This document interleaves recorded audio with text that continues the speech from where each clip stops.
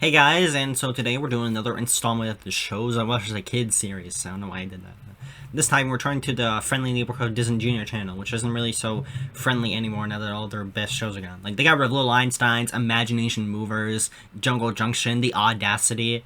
Now it's just like the marketing channel where like every new TV show has like their own like merch plug things, and it's like it's not fun anymore. It's not Disney Junior. It's something completely different. It's like Coco Melon. Yeah. But if I didn't recollect on all those old memories of those old TV shows, then this series wouldn't really have a purpose, now would it? Anyway, let's get started, but before we get into all that, be sure to like and subscribe, share it with your friends, check my trouble, check out my demon art, check out my Twitter, all the links are in the description. Now let's start the video now.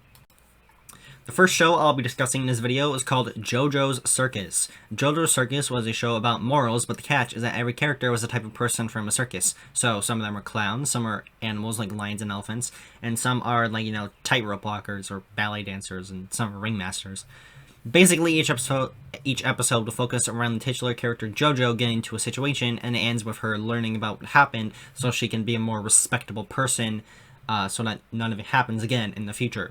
These morals include things like shyness, laziness, and donating to good causes. Now, for a show that was focused around, silly types of characters, the show was very moral heavy, and you left each episode learning something new in life. Also, just out of curiosity, does anyone even, go to a circus anymore? I mean, you never really see any advertisements for a circus, at least where I'm from. I think, after the Ringling Brothers performed, their last show, a few years ago, people just, stopped caring altogether. I never heard, a single person who's, been to a circus recently. Did they even exist anymore? I did hear, the Ring Brothers are coming back, so that would be cool. Anyway, JoJo Circus was a pretty solid show. If you ever need a children's show to teach you good morals, this one gets a job done. JoJo Circus gets a 4 out of 5. Up next is Roly Poly. This was a show where all the characters were robots, and it focused around the adventures of a young kid named Oli. The show's characters were robots, but each family of robots had different shaped heads. Some had spheres and some had cube shaped heads, and it was kind of weird. There was also apparently just one Elvis character named Gizmo, and yeah, the show is a lot weirder than I remember, but that's what makes it so good. The fact that it has a unique premise, but still managed to have compelling episodes focused around everyday childhood adventures was great. Roly Poly gets a 5 out of 5. I also really like how it's generally accepted that we all like the meme on the theme song in the show sometimes. It's pretty great. So, have you guys heard of Jake and the Neverland Pirates? I know I have, and that's why I'm talking about it right now. So Jake and the Neverland Pirates was an animated spin-off series to the Peter Pan franchise, and it featured 3 main characters named Jake, Izzy, and Cubby to protect the island of Neverland from Captain Hook and his new squad. There's also Scully, the talking parrot, and Bucky, their sentient but non-talkative ship. I think it's in the series, they were the show they were able to talk with Bucky, but Bucky can't talk back. He can just move, but it's confusing. Captain Hook and Mr. Smee also returned with 2 others named Sharky and Bones, who provided absolutely nothing to the plot other than just singing and stuff. But they were kind of cool though. They were pretty good. There was also recurring characters like the famous TikTok crocodile who took Captain Hook's hand in the past, Marina the Mermaid, who I may or may not have had a crush on when I was a young child. There was also the Pirate Princess, princess who was also a pirate. Okay, and Peter Pan also returned in a handful of episodes. Because you can't have, because it's focused around Island Neverland. You can't have Neverland without Peter Pan. Peter, he did appear, but only on special occasions for almost the entirety of the first season. Only his shadow appeared for some reason, and then he made his epic reintroduction in the season finale, which is pretty epic. Like the other shows, each episode focused on when the characters are learning something, like sharing stuff, learning not to steal items from people, learning not to forcibly mind control people against their will and get them to do slavery for you. That actually happened, look it up, that actually happened in one of the episodes, Season 2, Episode 10, titled The Mermaid Song. Yeah, that was crazy.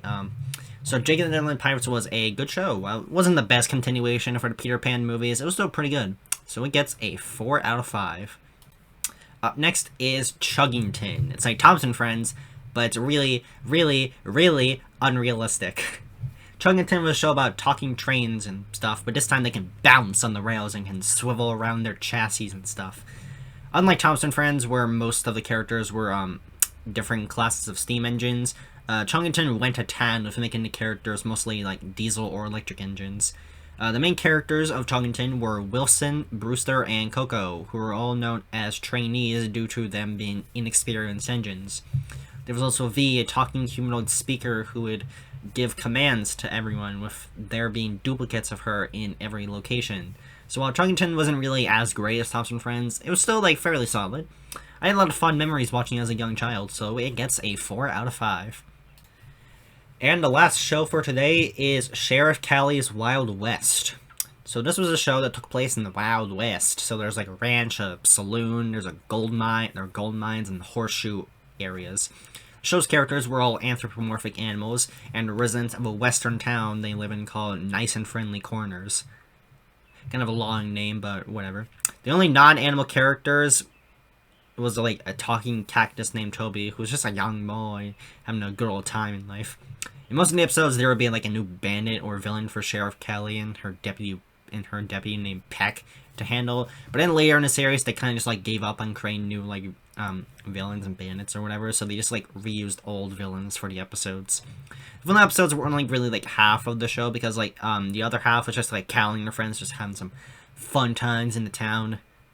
Yeah, it's still pretty fun. I actually weirdly how I like those kinds of episodes better than like the actual like villain of the week episodes. That's all you really need to know about the show. It's pretty good and the premise isn't so bad. Sheriff Callies Wild West gets a 4 out of 5. And that's all the shows for today. In the next video, I will be talking about the show Handy Manny, which a lot of you may have heard of. I hope you all enjoy it, and yeah, thank you guys for watching this video. Be sure to link, subscribe, check out Post check out my DemonArt, check out my Twitter, links are in the description. I also want you to share this with your friends, and if you do all these few things, you'll help me a lot to reach 1,000 subscribers. And I will see you guys next time.